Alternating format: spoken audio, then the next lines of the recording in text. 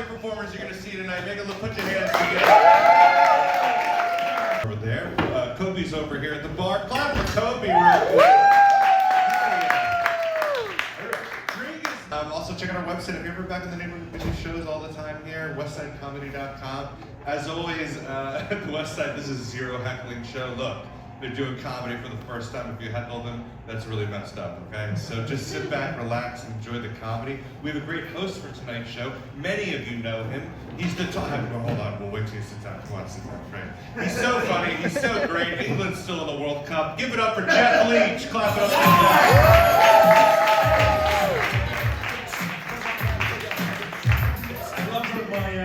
I love that my credits have become England is still in the World Cup. That's how I'm being credited on stage. How are we doing? All right? How we do better than that? How we doing? All right? Look at that. A room full of beautiful veterans. Thank you for coming down to support the ladies and gentlemen who are on this show tonight. We're going to have some fun. We're going to do a short set for you. Everyone's going to be coming up here doing their turn, 5 to 10 minutes. Some of them are going to have notes, just I want to prepare you, right? Because I don't want you to expect top tier professionals. That's me, obviously. You can tell I'm a top tier professional. I've worn my best pajamas today for you guys. I'm here, I'm comfortable. How are you, sir? You good? I can see the energy from you is fantastic. This guy next to you, this could be your last comedy show, sir. Jesus Christ. You're 160 years old. You've got to fucking enjoy it. It's the last chance. You've got to laugh. Lock in, sir. Good to have another mature gentleman in the audience. Obviously you served as well, did you, sir? Did you serve in the military? Which branch were you in? In the army?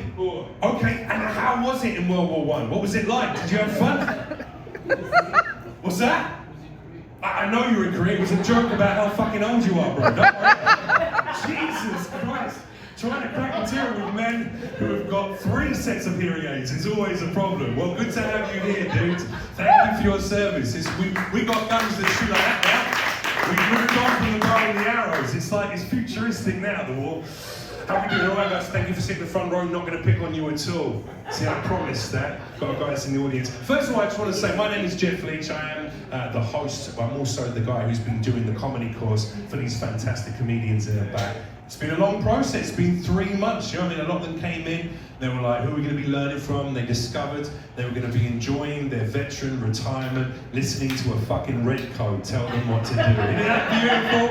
Isn't it gorgeous? What branch of the military we got in? So we got Army over here, we got a gentleman from the Army. Any other Army? Army? Air Force, all right, Air Force, relax. We'll get to you. Fucking typical Air Force, isn't it? Jumping me. I was a pilot. All right. You weren't though, were you?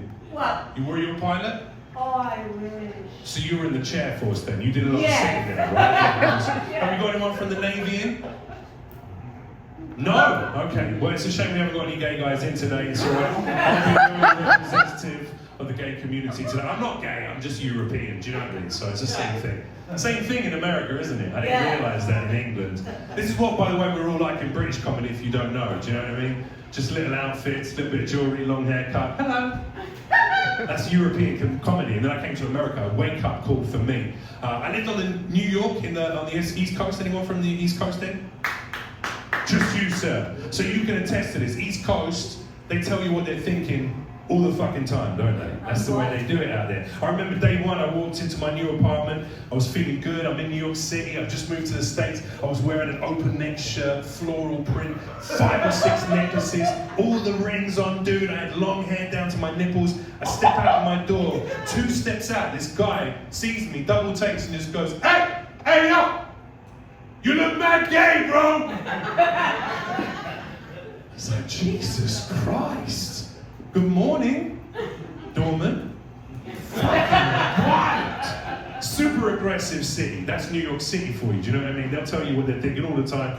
He told me I look gay. Day one. That was my welcome to America. It was alright though, like New York City. The good thing about that is you can be worst enemies with someone one day and then best friends the next day. A couple of beers, a few lines of cocaine.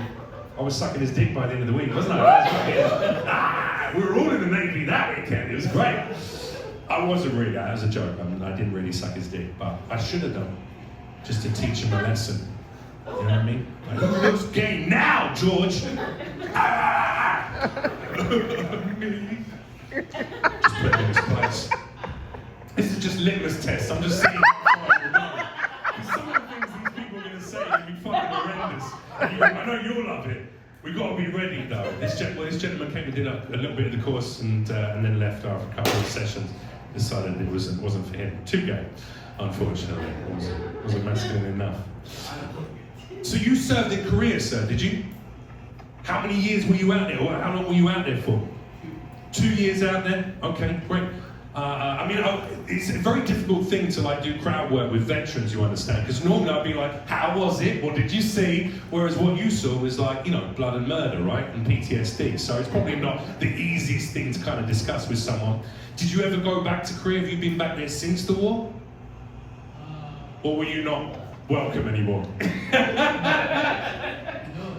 You haven't been there yet. You know, it's an interesting thing. You know that the Koreans learned how to make Korean fried chicken from the American GIs. It was the black American GIs that taught them how to do Korean fried chicken.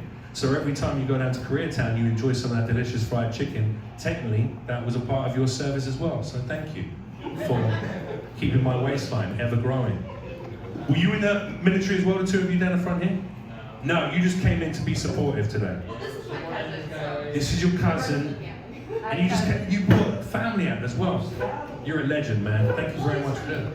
Okay, this has become a Q&A session now. This is more of a TEDx talk than it is a comedy show at this point. What about yourself, sir? Where are you from? Where I'm originally? Yeah, where are you originally from? I'm from Ohio. From Ohio. What's Ohio like? Fucking cornfields, right? It's a lot of. It's a nice place to come from, but not to stay. Yeah. You're glad you came to LA. What did you come to LA for? The Army sent me down here. Okay. And how did that work out? Great. Yeah? You're still here? You had a good time? How's it been with the ladies? Are you picking up lots of chicks in Los Angeles? I hear that again? Are you picking up lots of chicks in Los Angeles? Sex, sir! I'm talking about sex! Does it still work? Way past my time. Is it still working? Is it still throbbing? Not much. Not much, alright. We'll see you afterwards. I've got a couple of blue pills I can sell you outside afterwards. Not Viagra, by the way, just ecstasy. You'll have a great time. It's going to be good. Fantastic. I love the bright, colourful outfits we got here. We've got some fashionistas in the audience with us as well. I know this lovely lady. What's your name, sir? I don't have a name. You don't have a name. Okay, so you're the character from Game of Thrones. I get you. It's Arnold. It's what? Arnold? Arnold. Arnold, nice. Okay, Arnold. What do you do now? Are you still working at USVETS, or are you still in the military service, or are you doing something different? I've been out for a long time. What do you do? What do you do now? Nothing. Nothing. Man of leisure. You're with this guy chasing a skirt around the streets of LA. Okay, fantastic. And have you ever dabbled with comedy yourself? No. You look like you could. You look like you've got a funny demeanor, a theatrical demeanor about you. A little bit. You should give it a go. Remember all. Say that again. I laughed before I said the punchline. You laughed before you said the punchlines. That's right. I haven't said any punchlines yet. Hence, there's been no laughter. So we worked it out. Well, the guys and girls today, remember, these people like yourself, 3 months ago, they never even tried doing anything like this. They never even written a joke, most of them. And now they're going to get on stage in front of a room full of their peers and tell those jokes. And we're going to have to give them lots and lots of love. Can we do that today? Yes. Okay. You're going to have to laugh way more than you have at anything I've said, just so you know. They're going to be way funnier. You're not going to have any trouble with it. But I want to make sure that every single comedian who comes up here, you give them lots of love, lots of laughter, lots of support. Now, bear in mind, some of them will be reading their material, right? They're going to have their paper. They're going to perform it, but they're also going to have to have it there as reference point. It's not because they're lazy. It's just like half of these motherfuckers have got Alzheimer's. It's not even a joke. It's real. It's real. They are ancient. I'm surprised all of them made it to the end of the course, to be honest. 3 months was dicey. It was dicey.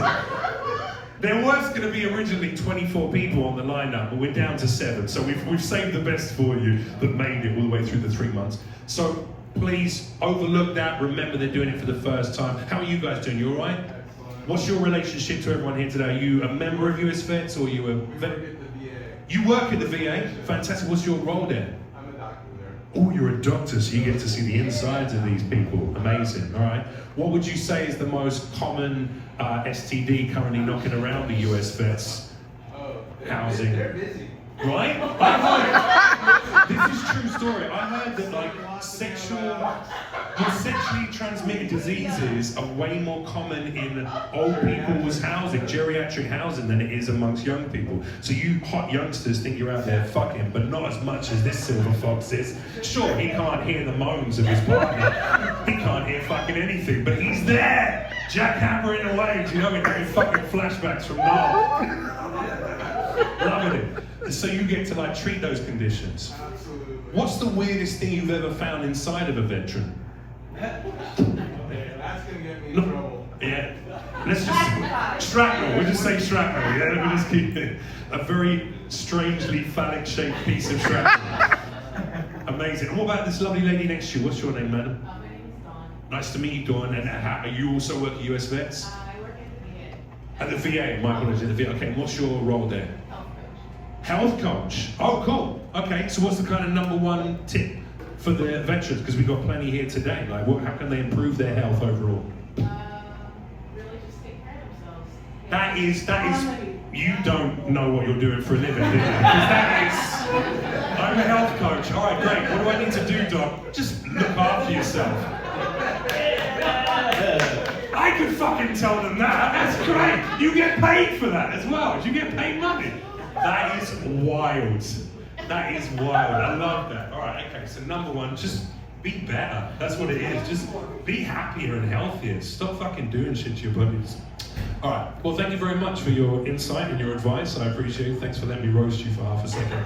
Listen, ladies and gentlemen, we've got 7 fantastic comedians. They're the real stars of the show, and I'd love to bring the first one up. Now, we're going to practice our welcome, okay? We're going to just do this. So we're going to get a little applause going over here on the right-hand side. Yeah, nice. A little more over here on the left.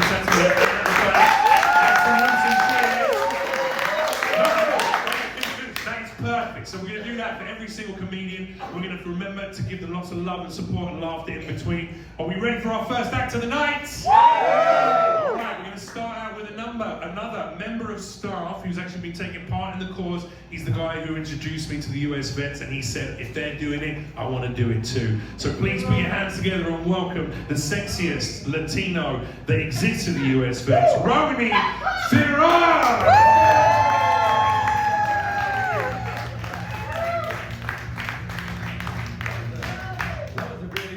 Can you guys hear me? Yeah. I can't hear myself, so I'm just checking, right? So, my name is Ronnie Figueroa. I am the volunteer veteran activities coordinator. I get paid though. The volunteer is just there. I don't know why.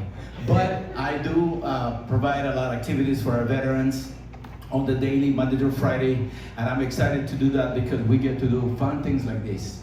We also did a Shakespeare play. We took different segments of different plays from Shakespeare and we did it. Some of the staff is here. Love you guys for being part of it, and we had a great time. Yes, we did. I am not a veteran. However, I work for the Department of Defense as a contractor. I was the alcohol drug control officer for the California Army National Guard, so I used to train soldiers. And as a matter of fact, I did get a chance to train my son, who is now a veteran from the Army. And he got deployed to Kuwait, and he did a wonderful job. And now he is reaping the fruits of putting so much work into it. And now he just got his degree, bachelor's in psychology.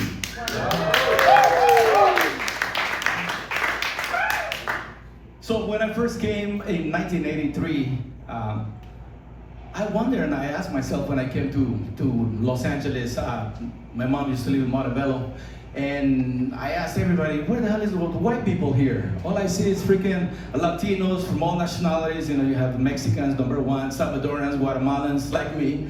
And then you have Asians in that community today. It was Japanese, and then it was Japanese and Chinese, right? There was a lot of them back in the day. So I wondered myself, where the hell is the white people? So I was thinking they were just not here, or they would move somewhere else, but eventually I came to find out how segregated we are, right? And one of the things that I remember also is going to Chinatown, because I have Chinese heritage as well. So I said, you know, I'm gonna go to Chinatown in Los Angeles. I wanna get familiar with this town and see what the hell is going on. So by the time I go to Chinatown, there was nothing but Vietnamese and other Asians pretending to be Chinese. I don't know, yeah. So do you guys know why Latino immigrants work as car washes at the car washes around Los Angeles and everywhere you go? Why? Because they're wetbacks. Oh.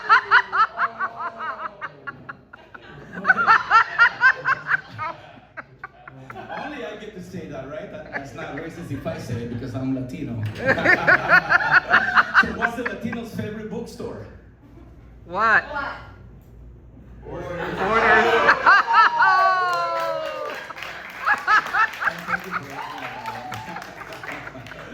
So being a Guatemalan immigrant in the United States, let's see. I started off navigating the jungles of Guatemala before coming here at the age of 19, right? And I'm now navigating the concrete jungle of Los Angeles, traffic everywhere, and of course I'm dodging wild animals along the way because traffic is horrible and everybody wants to get somewhere so quick. So that was in 1983, and I thought that I missed the volcanoes in Guatemala, you know how there's beautiful volcanoes and eruptions and all of that. But in LA, the traffic is just as eruptive, right? But it doesn't cool down, especially now during the FIFA World Cup traffic. Traffic is horrible, yes. Arriba Mexico, even though they didn't make it all the way, but I love my Mexican brothers and sisters as well. Also, black people live everywhere, even in China, I found out, right? My wife is black. My wife is Garifuna. She's here. Let's give her a round of applause. Everywhere we go, especially here in Los Angeles, when we go to a Latino quinceañera or a birthday party, they're always afraid to ask my wife things because they think that she's Black American, right? And she goes, no, yo soy guatemalteca también, you know, because she's Guatemalan. And so she's been able to be my support and everything with our son. And so I thank your wife for putting up with my bullshit. You know, it's not easy. You're welcome. Not easy.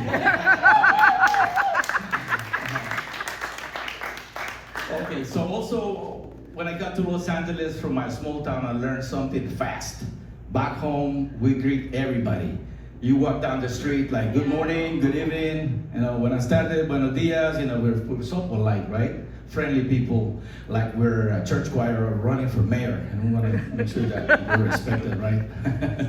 So then right here in LA, I try saying the same thing, right? To say good morning, nothing, no response, no smile, not even a fake one, right? Yeah. So one guy looked at me like I had just handed him a flyer from a cult, and every time you try to approach me, be friendly to them, damn.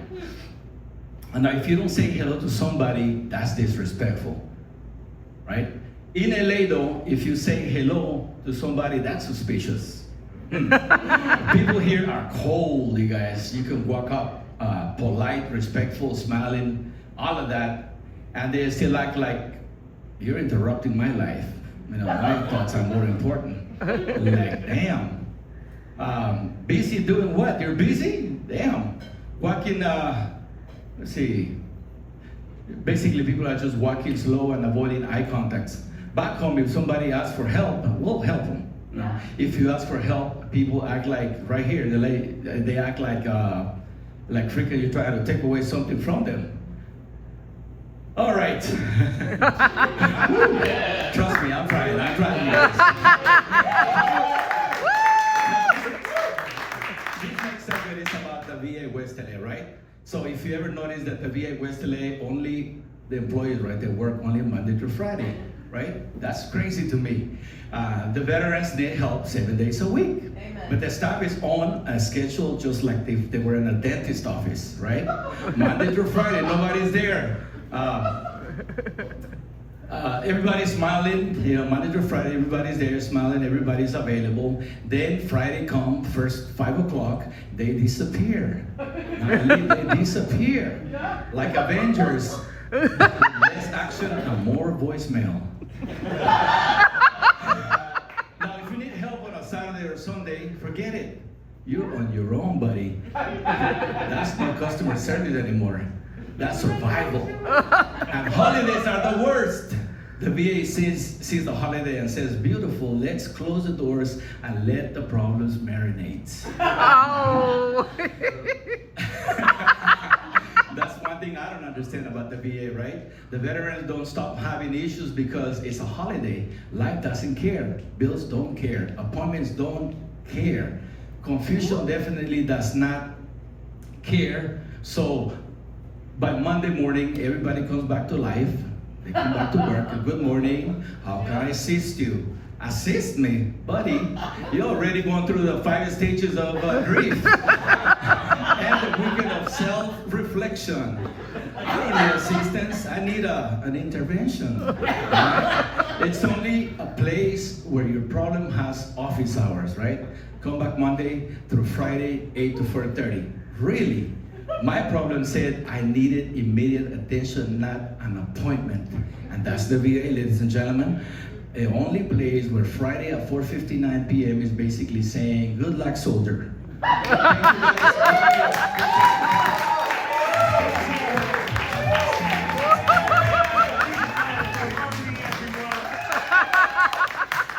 Congratulations. Kicking off the night in a fantastic way. He goes, I got a veteran joke for you as well. What do you call a vet who has survived being pepper sprayed and gas bombed? What? A seasoned veteran.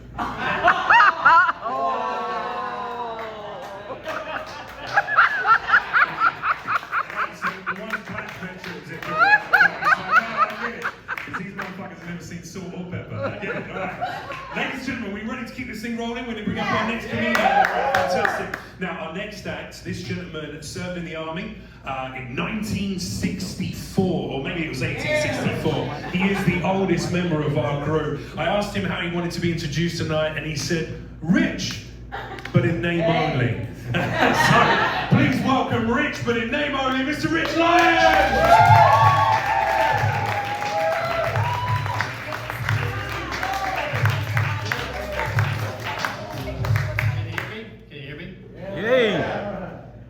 The humor therapy session is now going to start. Laughter is a great medicine for longevity. Let's see. I may look great for my age, but I'm actually 80, and as you hit 90, you'll start waiting for your final flight. I don't even know how many answers. Okay, that didn't work. Well, what about funny will make you live longer? Yeah! I want to reach 90 and be laughing. You can care less and have more fun when you accept that your spine and other parts of your body gives out more than you go out. Looking at this audience, it's been very good for me. Listening, some of you are getting old. But there's a vintage model is perfect among some of you. It's amazing. But I'll be honest, some of you are looking a little bit too vintage. The wrapper is torn, and I can hear the knees clicking, hip clicking, and I understand clearly.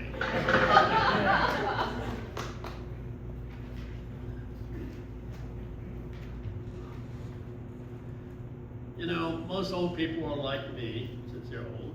They want to be free and happy. But honestly, I'll call it betting on the fast game. My money guy says to spread things out, but I will cash out before I start to need diapers, if you catch the drift.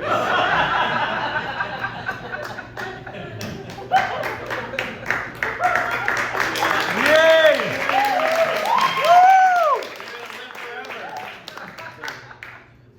Mornings hurt, I need oil juices in my coffee cup.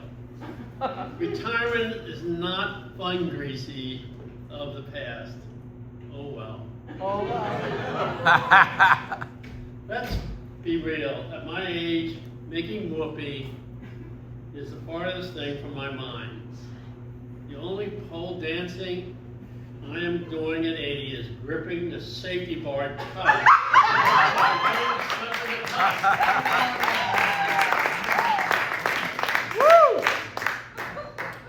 Saving money is like a scary movie where your piggy bank gets eaten first. Oh. So I tried by not drinking fancy coffee, doing my math very carefully, and I found that I can finally stop working at the age of 126. I know it's funny, but to take away a little bit of the laughter, the new Social Security date, by the way, is you got to be 126 to get Social Security. I made that up. This is, I got carried away with Trump. Whoa. I can't wait while relaxing in my chair with my young money guy calls. He's the guy that gave me all the direction to be rich. Remember what he called you? Rich? My name on Not to see what I'm doing, but to say he's too old to visit. He just called to thank me for buying his super boat before he quits next week. You'll see what I'm talking about as time goes on. Getting old means you save cash because you always lose your wallet. Now I know some of you might lose your wallet once in a while. Since debtor's prison was banded, this is the good news, your backup retirement just is not outliving your money. Enjoy spending it if you find your card before the store closes. Okay, this is the help that you look for when you get my age. You really would like the opposite sex companionship. It's a precious thing to like. At 80, dating is like buying an old car. You don't care about the fancy stuff, you just want a reliable motor that makes no weird noises. Don't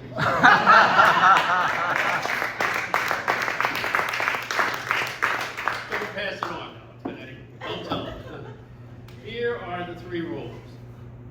Rule 1, know my name. If we both forget our names, we're just 2 strangers eating soup in the dark. Rule 2, have a steady hand. My morning oatmeal is breakfast, not a blender accident. Rule 3, know the difference between me and the nurse. If you pinch her, she will drug your drink and you will miss Jeopardy. Also, working hips are a nice bonus on your lady. Yes, about the use it or lose it rule.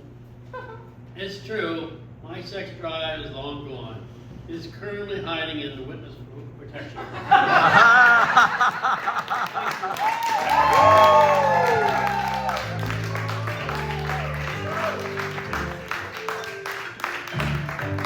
Ladies and gentlemen, give it up again for Rich Lyons!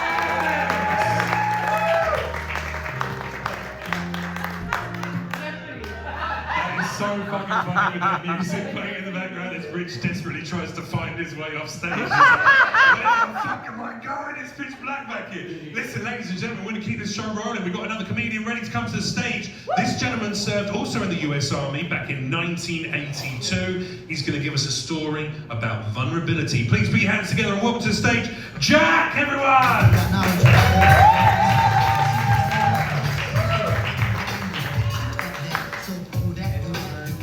My name is Jack, and I want to tell you a story about why I have no friends.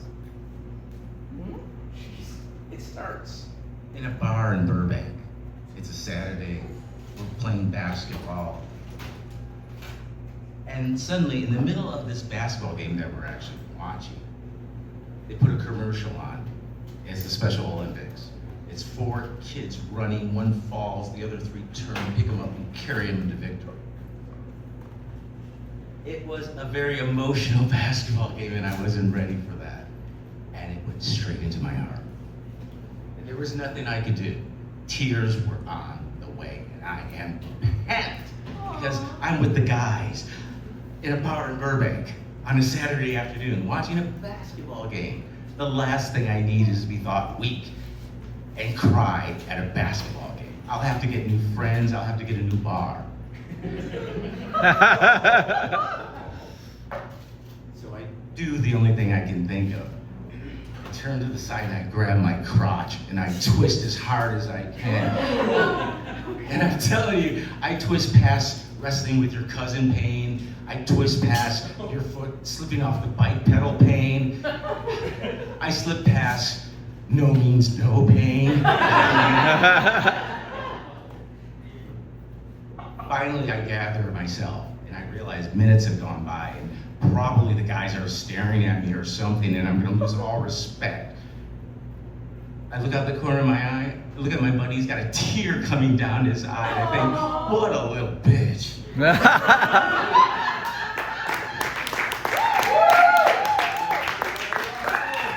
Ladies and gentlemen, give up again for Jack, everyone!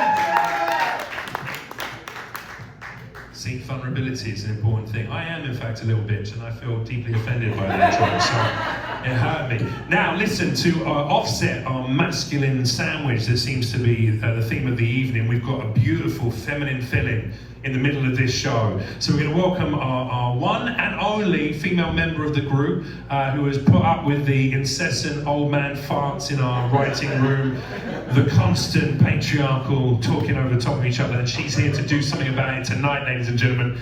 She served in the US Army as well, 1985, and she's here for you right now. Please put your hands together, let's get that applause, guys.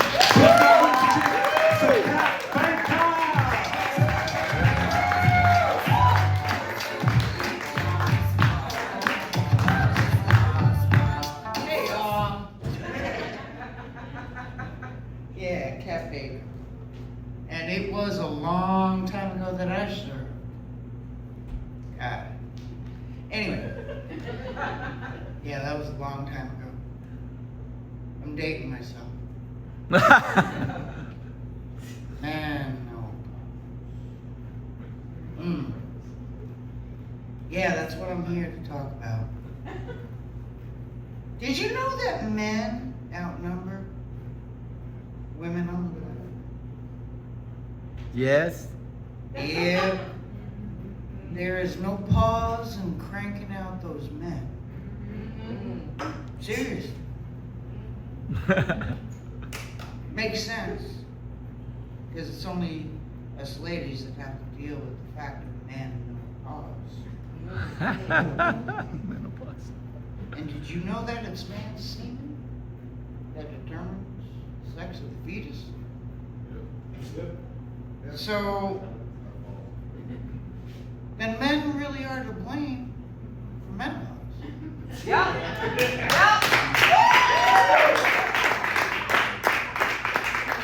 And what's the worst issue with menopause? Yeah, those endless hot flashes.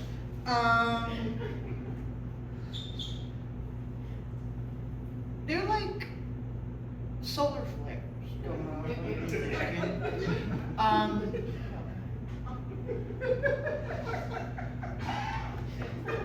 Women and the sun have something in common. I think the creator had something in common, designing something, and yeah, women and the sun are definitely related. Because the older we get, the hotter we get.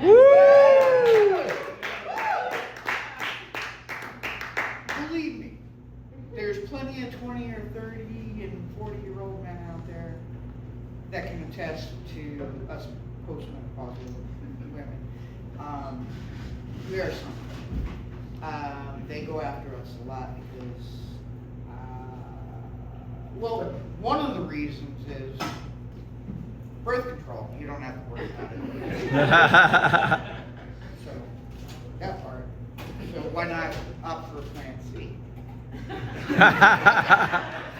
I mean, we've got decades of experience in bed.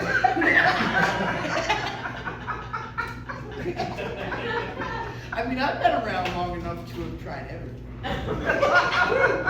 I I mean everything. But you know what? It's about it's only a matter of time before men start blaming women for global warming.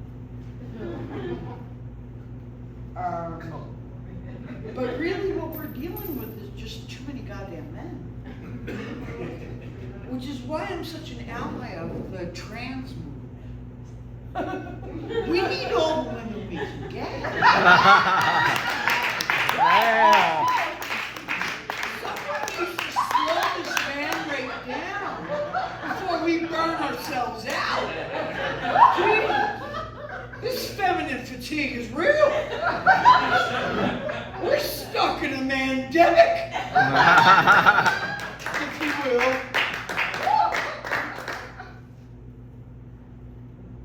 I live with a visceral fear of what is going to destroy us.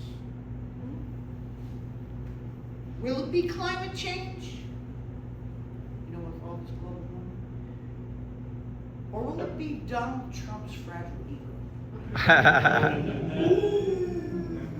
Oh, come on. He's a walking, talking example of this menopause condition.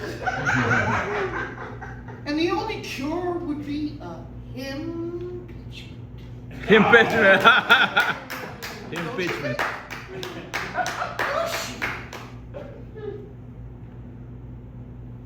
Well, I know a thing or two about biology. I used to work in ER as a tech. And one of my duties, in fact, was tagging and bagging bodies, carting them down on their final journey. And on one occasion, I just happened to get a surprise. I was scared stiff by I was carting this little old lady down to the morgue, and it just happened to be a little overcrowded that day. Bodies lined up everywhere, and I couldn't navigate to get her in there, and I'm navigating it. The gurney accidentally knocked into another gurney, and boing! Pops this corpse. And I didn't know what to do. I introduced him.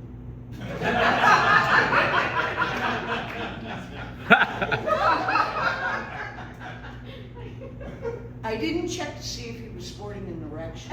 Oh! You never know where you can find them.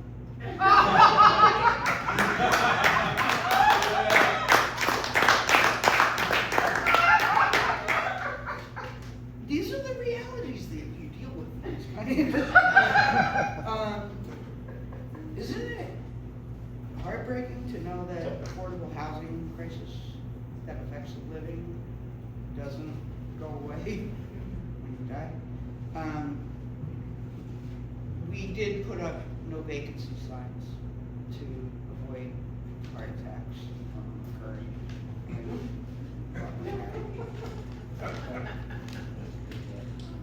I wouldn't recommend it.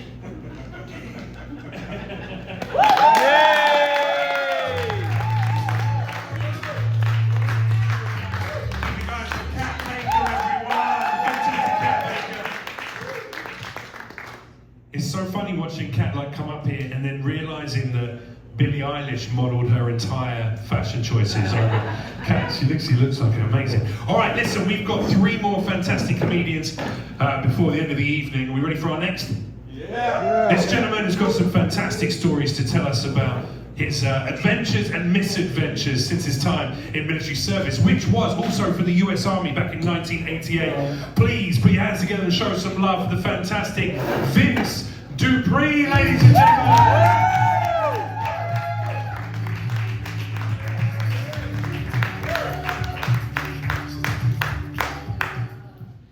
Hi. Hey, hi everyone. I feel like the last time or what we could share today is we have something in common tonight. And I served my country in the United States Army, and I served in an 11-year marriage. I served time in an 11-year marriage. Yeah? So I'm not sure which is harder. I was an MP during the Operation Desert Storm, fighting the Taliban. And then when I came home, I started Operation Slow Divorce. I started fighting with Iraq. They were the same experience, except the second terrorist was domestic.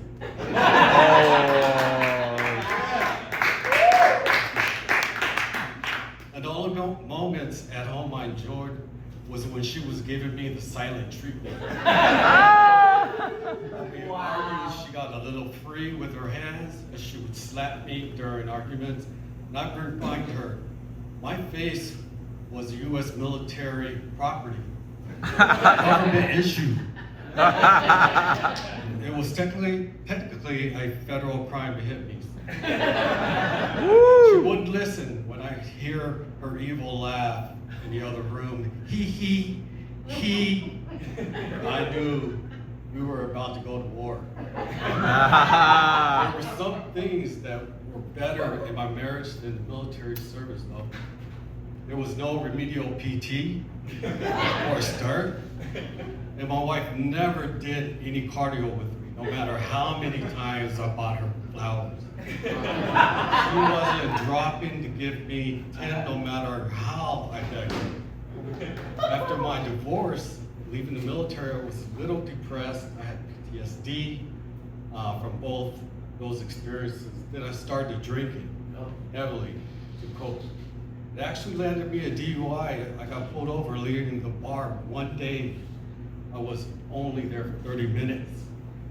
Cop pulls me over, asked if I'd been drinking. I told him just one, which wasn't a lie. I only had one at the bar. I mean, I had 6 before I left the house. Maybe 3 at lunch. And before that, might have had 4 for breakfast. Damn! But I only had 1 at the bar. So listen, he didn't specify a time frame. Next, he asked me to do a sobriety test, so I asked him if he could show me how to do it. Do it first, because I was so buzzed. I would never remember what to do. He asked if I knew where I was driving. I told him, I'll let him know once I get there.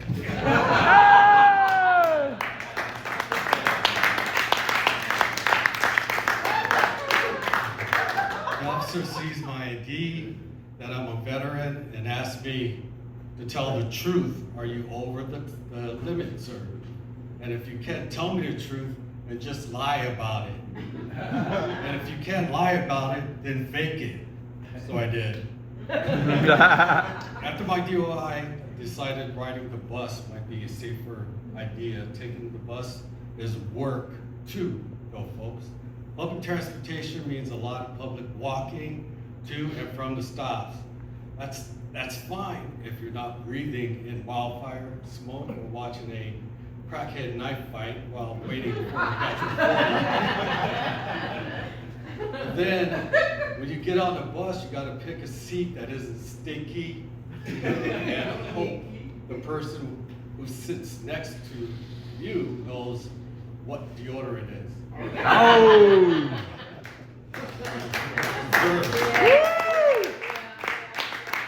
I told him, sir, you smell like piss and poop. I struggle with staying awake on the bus too, especially when, after a couple of beers. Last time I took Metro 40, I fell asleep. The next thing I know, I wake up in a panic. A little Asian lady is screaming in my face, back door, back door, back door. Last stop, last stop, last stop. Turns out she was the driver, but I thought I was back in basic training getting yelled at by my drill sergeant. In my confusion, I jumped to attention, saluted her.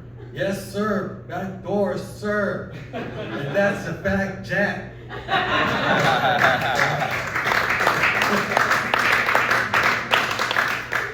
So I hopped off the back of the bus and realized I'm at the last stop, miles away from where I want to be. So I walked to the front of the bus and knocked on the glass door, started shouting at the driver, front door, front door, front door.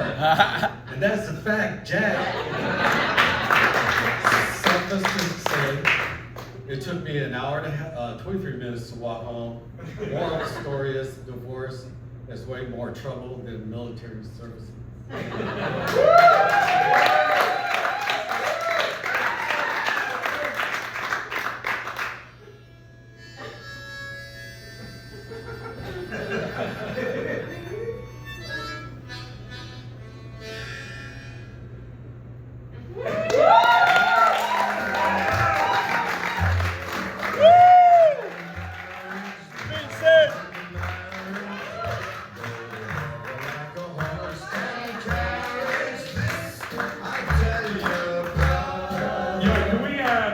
Big round of applause for Vince Dupree, ladies and gentlemen. Fantastic set. And a very heartfelt one about love and heartbreak. I had heartbreak as well, you know. I was meant to be married 2 years ago. I was waiting to be married. I was engaged. I was literally putting deposits down on the venue and the caterers and that. And then my fiance decided she wanted something different, you know, which, yeah, no, it happens, man. I knew what I wanted marriage, I wanted babies after that, I wanted the whole shebang, you know, till death do us part. She wanted something different, so, you know, she wanted to fuck a guy named Aaron on the weekends. So. Why are you laughing at that, you evil fuckers, you evil bastards? No, it hurt, it really hurt. You know why it hurt so much? Because she invited him to our fucking house before she cheated on me with him. So I fed that guy, I cooked him good steak, I poured good whiskey for him, I rolled him a fat blunt with good weed. And then this motherfucker talked to me about his problems and I listened to this guy, and then he fucked my fiance after that. On the plus side though, I did talk to him and I did learn a lot about Aaron, and Aaron eats a lot of red meat, he drinks a lot of alcohol, smokes a lot of weed, and he's got type 2 diabetes. So Karma's gonna take care of that motherfucker for me. I think we did way before me. We're gonna be fine. Listen, we've got our next fantastic comedian. Are you ready for your next act of the evening? Yeah! Now this gentleman served in the US Air Force in 1976. You'll be able to tell once he gets out here, the 70s had a big influence on him in more ways than one. Please, put your hands together, let's start that applause. Let's have some cheers. Let's go.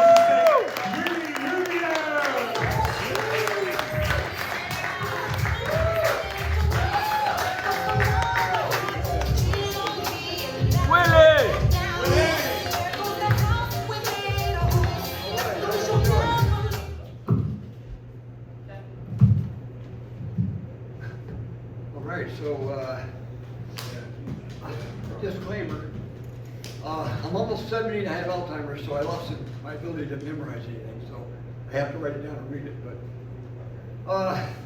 someone asked me about the feather in my hat. You wouldn't believe how hard it is to sneak up on an eagle. Someone told me that my humor was a little bit dry, so I guess they're handing out bottled water at the door. But on the bright side, since I'm not getting paid for this, we'll definitely get the money for it. Well, like a lot of you guys, I served in the military, and in boot camp we all got taught how to improvise, adapt, and overcome. Well, tonight I'm attempting to adapt my crazy life to improvise some jokes for y'all, so I can overcome my stage fright. But if you don't laugh, it's not my fault. It's responsibility of the U.S. military.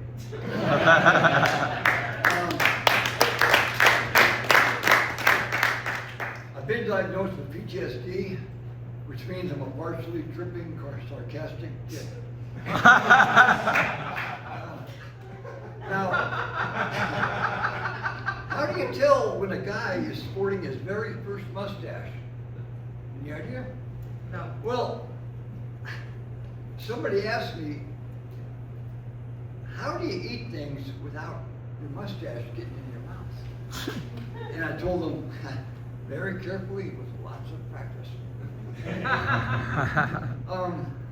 I had a dark childhood, folks. I was one of 9 kids, raised by a sociopathic stepmother and multiple stepfathers. And my siblings, they didn't look out for me either. My brothers and sisters used to beat me up so often that I became a black and blue sheep of the family. My stepmother was an absolute monster. She used to torture me as a kid. She tied me up, beat me with a leather belt, and waterboarded me. I didn't know if I was being raised by a mother, a dominatrix, or a terrorist.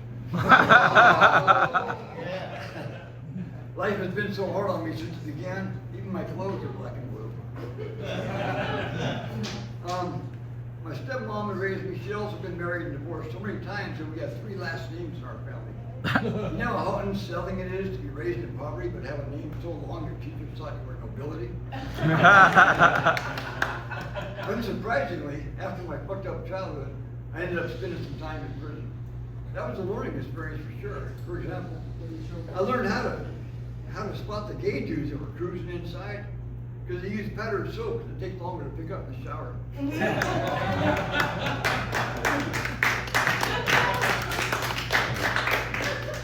I grew up as a habitual liar on account of my crazy family. But once I ended up in prison, I realized the most valuable thing inside prison is a man's word. So now I only lie at night, in bed. After my time in the military, I've been trying to put my health first. I've been watching this general surgeon on social media who gives health insights and tips. It made me kind of wonder, man, did this guy start out as a general surgeon and work his way up? Or did he start out as a captain surgeon?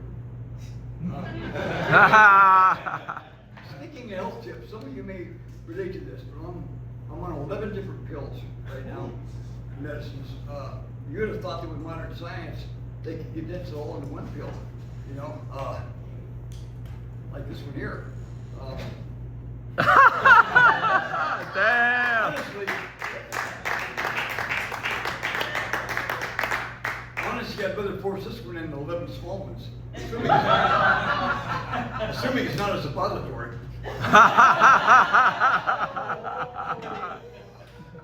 Has anyone got so high that they actually forgot their own name? Seriously. Just me? Only once, and that was before I got my name tattooed on my arm. I crashed an electric scooter last month. First of all, I forgot, I lost my ability to drive because of Alzheimer's, so I figured, okay, electric scooter, Man, they really need to put age limits on those things. I haven't touched it since. I mentioned having PTSD, which stands for Person That's Socially Disabled. So my anxiety is through the roof when I'm around large crowds of people. Therefore, my goal is small audiences. But I don't suffer from anxiety. I enjoy every minute of it. I was born with ADHD, which stands for absolutely delirious, hyperactive dumbass. Nothing more about that. It's just a fact of life. I learned to juggle when I was young, but now it's been so long, it's like I drop things more often, so nobody wants to see an old man playing with his balls.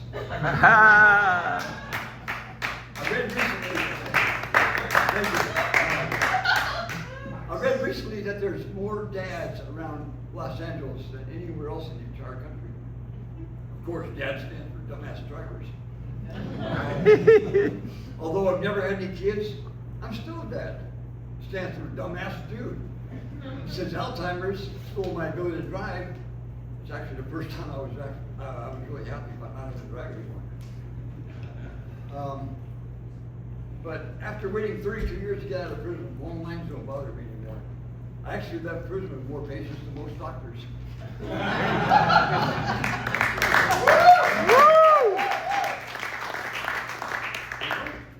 One thing about being in prison for so long, I've been out 12 years, and it's like everything's new to me. Things I did 40 years ago, it's like doing them all over again for the first time. So it's been really a good adventure. After 30 plus years in prison, a few years after my release, I moved to Los Angeles from Bakersfield, also known as the armpit of California. I'm not here to disagree. I was talking with a fellow veteran about where and how to meet women around LA. So a nearby female veteran overheard me and said, "Women in society don't talk like that." Well, because I had not talked to any women at all, nothing but men, for over 30 years, it made me stop and think, wow, I realized a lot of changes have happened over the last 30 years. I went to prison before remote controls for TVs were invented. I got out of prison after cell phones and laptops. But to find out that a woman don't talk the same way she did 30 years ago, that just blows my mind, man. Women don't speak English anymore. Thanks to Alzheimer's, I don't remember bombing on a joke before. But if I ever do,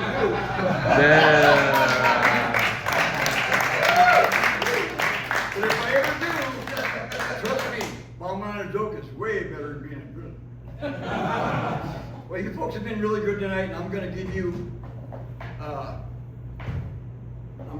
the rare opportunity to meet the world's one and only man who's been officially rated as no one's type. After a half a century of thousands of women, its most common 4 words to me being, "You're not my type." So I'll leave you with this thought. It took me almost 70 years to finally get all my shit together. And it's all in one bucket. I just can't remember where I put it.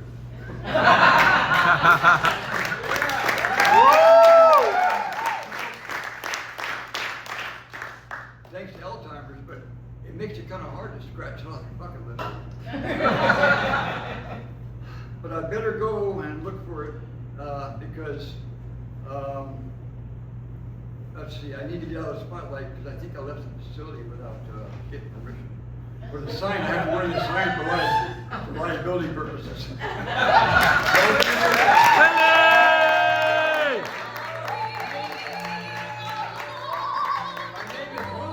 Willie with a Y, because most Willies spell it without AE, and I'm not like most of them.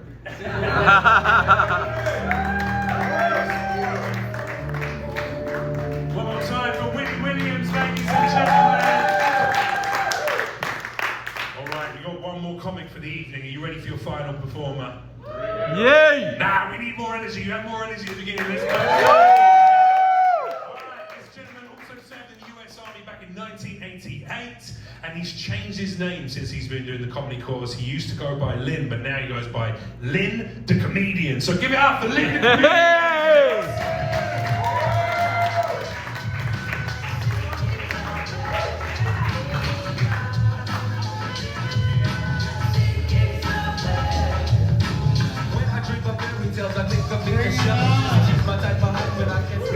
Bring it on. Yeah, hold it. All right, let's give Jeff a hand. Make sure it's the right one. Jeff came up to me and said, "Hi, my name is Jeff Leach. Of the lifestyles of the rich and famous?" "No, that's Robin." "We need to team up. I get my cape out in the car. Oh, and here's a telephone booth." I'm so forgetful. Backstage, they said, "Lynn, you're up." "Up to do what?" "Perform." "Oh, I'm performing?" So you guys are glad I got my jokes in my hand tonight. I went to a Dodgers game. I was walking with my walker, and before I entered the Dodger Stadium, security asked me, "Can you walk without it?" "Yeah, it's just there for decoration." Yeah. After I entered the stadium, security asked the guy behind me in a wheelchair, "Can you walk without the wheelchair?" He said, "Yeah. I'm paralyzed from the neck down."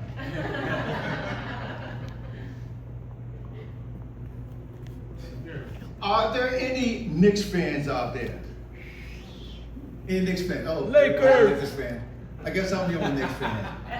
Well, I'm a Knicks fan, and as we all know, the Knicks were playing the San Antonio Spurs at the NBA Finals. And I went to a sports bar. I was there watching the game, and the guy asked me. I had my Knicks jersey on, my Knicks pants on, and he asked me, he says, "Are you a Knicks fan?" No, Spurs.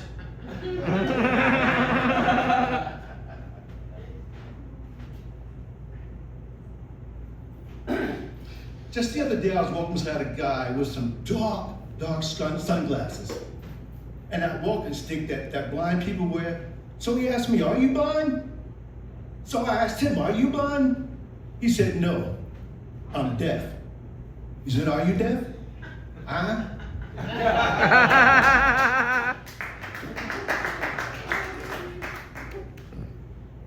In a recent statement about the economy, President Trump said, "I love inflation." Not Melania? Did you love Stormy Daniels? Oh! Well, let me shut up before Ice breaks in here and starts arresting folks. And I'm Afro-Latino, so you know I'm the first one to go. My name is Lynn, spelled L-Y-N-N. Now, I know it's normally a woman's name, but as you can see, I'm all man, baby.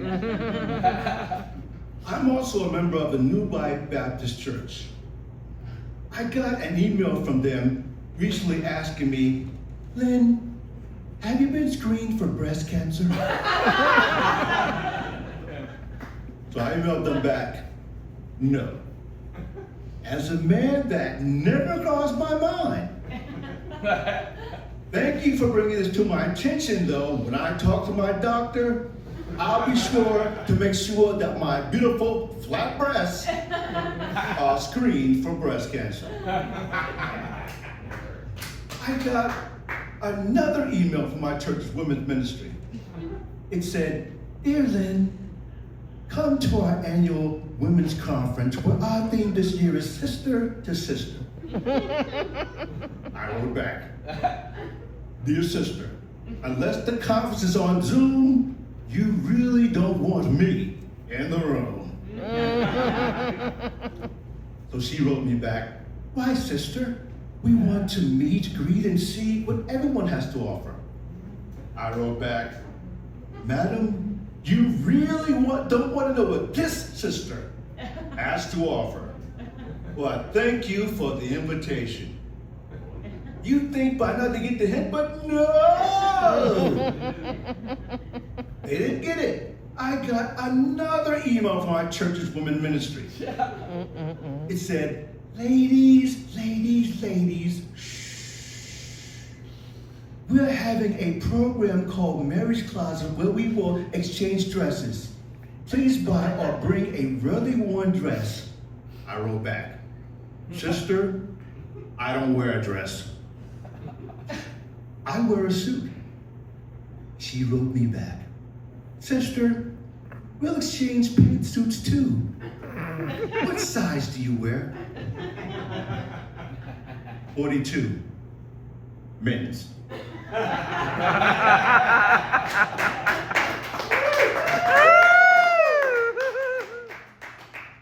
I got up one Sunday morning and said, "I'm going to the Hollywood Baptist Church." So I grabbed my map, headed out the door. I got to Hollywood, pulled out the map, and I couldn't find the church anywhere. So I called him up. "Hey, I'm trying to get to Hollywood Baptist Church. I'm looking at the map here, and I can't find it anywhere." He said, "Hollywood Baptist Church is in Inglewood." What you talking about, Willis? Did the guy who named the church get lost? Was he in Inglewood and thought he was in Hollywood? Or did he get off at the wrong spot to tune in? Anybody go to UCLA? Yeah. Oh, we got some UCLA folks. Anybody know where UCLA's at? Yeah. Santa Monica, right? Right here. Right here. What's the link? UCLA is University of Compton left on our t-shirt.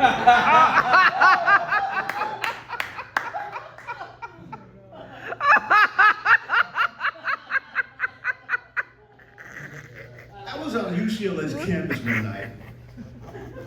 I I was looking in a bookstore and I decided I was Martin Luther King. Oh.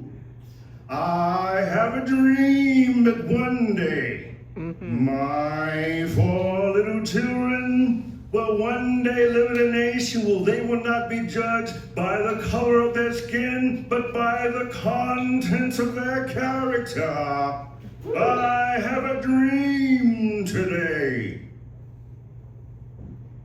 Unbeknownst to me, a LAPD officer was standing behind me. He said, "Who are you talking to, son? Would the guy in the silver suit work for you?" That's John Wooden, the Wizard of Westwood. He died 16 years ago. I see dead people.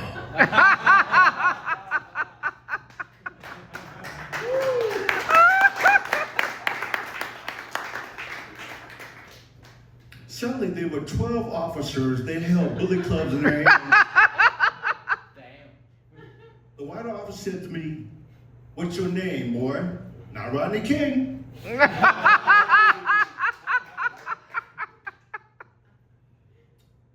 was on a metro bus headed to the Greyhound bus station to see my girlfriend, but don't tell my wife. Why? That woman will kill me. When I got off the metro bus, I had to do number 2 real bad, and I wasn't near a bathroom, so I'm doing the fast walk to the bathroom like I'm in the Olympics. Well, Special Olympics.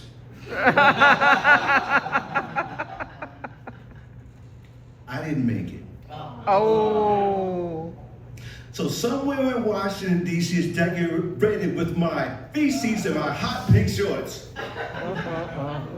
Merry Christmas, Trump. That was one of the very few times in my life where I was glad to be black because you couldn't tell. If I was white, some kid would be like, "Mommy, look at the white guy. He's got brown stuff running down his legs." I went to the doctor's office for the first time and he had me fill out some forms. Name, Lynn, L-Y-N-N. Date of birth, 6/2/70. Now you know. I want a BMW for my birthday, fully loaded, royal blue, and it's gotta be brand new. I continued to fill out the form. Sex, I wrote in all caps, absolutely. As long as I got my Viagra. I mean, who doesn't want to have sex? It's one of God's greatest creations. Speaking of Viagra, one night my wife went into the bathroom and when she came on, I could see she had her see-through gown on. I could see her melons through her gown and they looked so shapely and sweet. It was June, but I thought it was Halloween. And she was a treat. She looked like a 7, so I thought I died and went to heaven. I mean, I was looking for Jesus. I couldn't find him, but I did see 36, 24, 36, and that put me all the way in the cookie mix. I lit the candle, cut the lights down, put some baby making music on. We started kissing. We laid in the bed. About an hour later, I got up on top of her, intending to ride her like she was Secretariat at the Kentucky Derby. Oh. I started with my thrust in. I told Marty, no, I forgot the Viagra.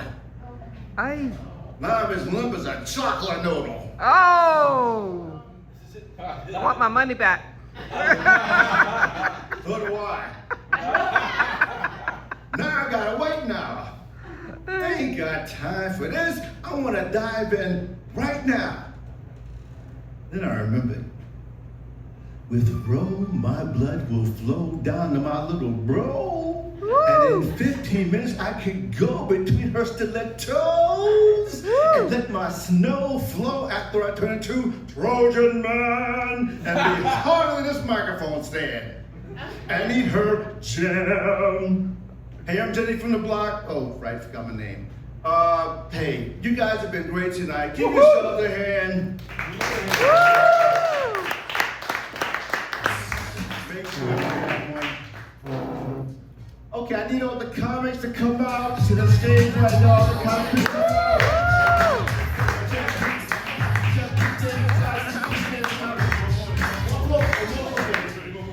Thank you. Ladies and gentlemen, give it up for Lynn.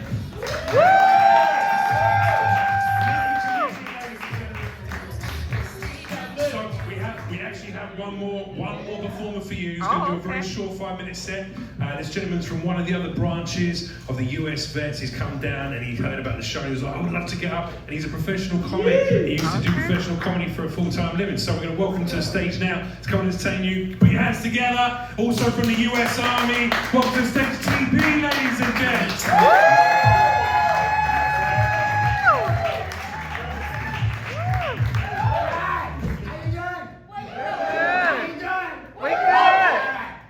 Show, and it was for the vets. I'm a vet. Where you Woo! Give them a round of applause. Yeah! They say what? I ain't shot no guns, I ain't drive no fucking planes, but I'm a vet. I ain't doing okay. I only got 5 minutes. I don't know if you ever seen me before. I like a lot of energy. So if I ask you something, answer me, alright? Alright? Okay. Now, if you say I got 5 minutes, I talk too much. So I'm gonna try to squeeze in, I love you too. I'm gonna try to be this week. Free, okay? Okay? And you gotta follow me, because I'm on fast. Okay, the first joke is called 3 nuns. It's called the 3 nuns joke. 3 nuns joke. 3 nuns joke. 3 nuns joke. There you go. Catch up. 3 nuns joke.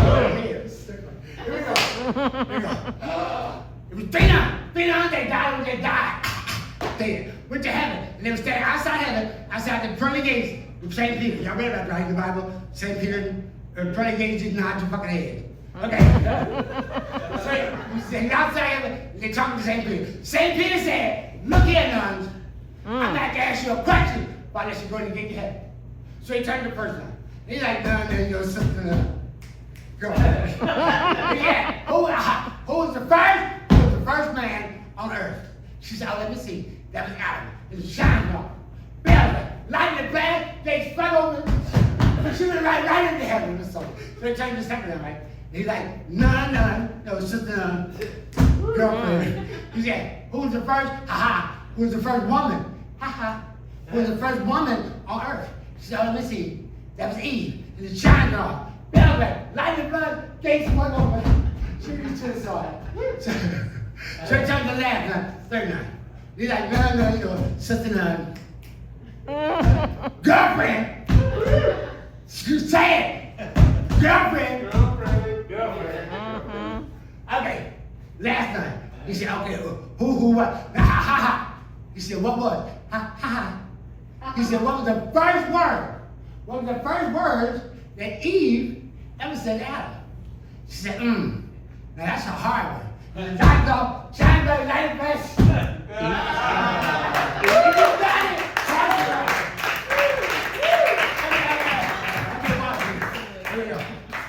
I'm on that chair. Something wrong with the chair. Sharon, what's wrong with that chair? Sharon, have a little bit of activity, you know what they are. Sharon, you got Sharon. Sharon's going crazy. Sharon are turning their pants in to the police. Y'all been turning in yet? We gotta do something now. We gotta do something about this, Sharon. You don't raise them right, that's what it is. Back in the day, you used to get your ass whipped. We don't beat them no more. We got that timeout shit. Baby, go down there and bullshit. Bam! Get your ass up now. That's right. Beat their ass. You love your child. Is that not that you love your children? Yeah. I just asked you a question. I said you love your children. Yeah. Show me love. Tell me love every day. Every day. Tonight, when you go home, tell me love. Wake them up and beat the shit out of them. Get out. Shut up. Daddy, I ain't got nothing on you, will, motherfucker. Beat the shit out of them. That's what's wrong with it. Okay, you say what happened? Oh, because they talk too much to you. She was just say shit. Good friend of mine lost everything he had because his children. The big ass car like that. Man, a big ass Mercedes-Benz, Maze, everything. Lost everything got children. Say what that? First of all, his wife. You know how you women folks here. Women don't mind the baby seeing them naked. Because they don't know. So one just got out of the shower, baby room perfume, and the little boy came around the room. And he saw like a little patch of hair. He said, hey, mommy. Hey, mommy, what's that? One of them, what is it, one of them, DMV, CED, where they cut all the shit off. IUD. Thank you, honey. She had one. They had one of them. And they cut all the hair off, right? So the next day she got out of the shower. Perfume bottle. The boy came around the room. Mommy. Where you wash your hair? Right before you wash your hair. She said, oh, baby, mama lost it. I lost it. Hey, okay, we went downstairs.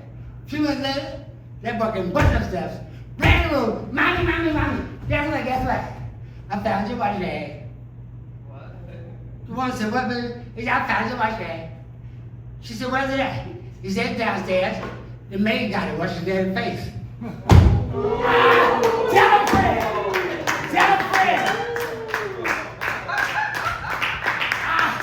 I scared me with this shit. Okay, I gotta go. That's it.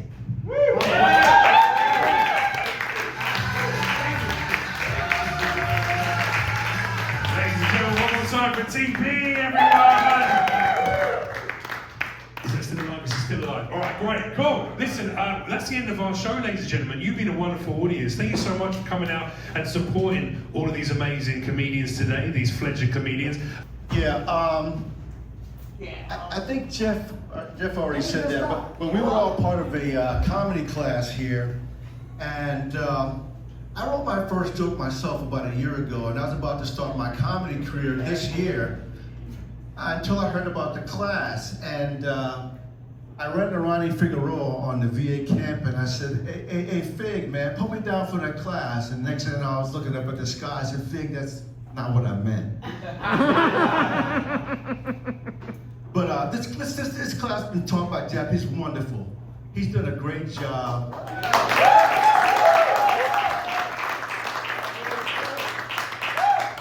He would teach the class, head out to Vegas, gamble, come back to LA. No, but he was flying back and forth. Already on backup. So he was flying back and forth to Vegas doing the show, coming teaching the class, and he was excellent, like I said. He's been on the Byron Allen show. He's been all over doing, all kind of comedy stuff, coming back and teaching us. So we really appreciate him for that. He would tell us all the time. He gave us his phone number and his email address. He said, call us and call me at any time.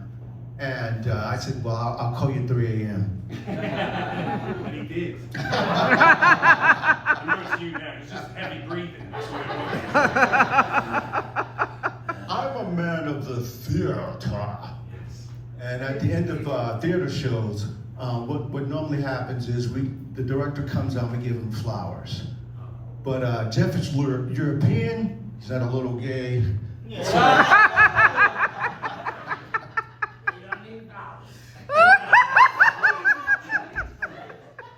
got a little something. It's not Maxwell type money. Nobody here lives in Hollywood except for Vince, and he's not in his mansion yet. But we got Jeff a little something.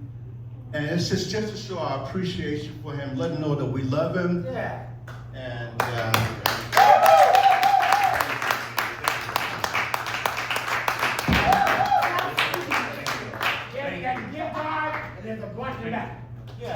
And on behalf of USVETS, I also want to thank Jeff for accepting the challenge. He was referred to us by Las Vegas USVETS, and he just did a wonderful job. It's been 3 months of just drilling, writing, and getting in front of the mic, pretending to be funny, right? So thank you, Jeff. I appreciate it. Here's the mic if anybody wants to say something else. That's all right, we're rapid, right? There's too many compliments. Thank you very much. One more round of applause for these amazing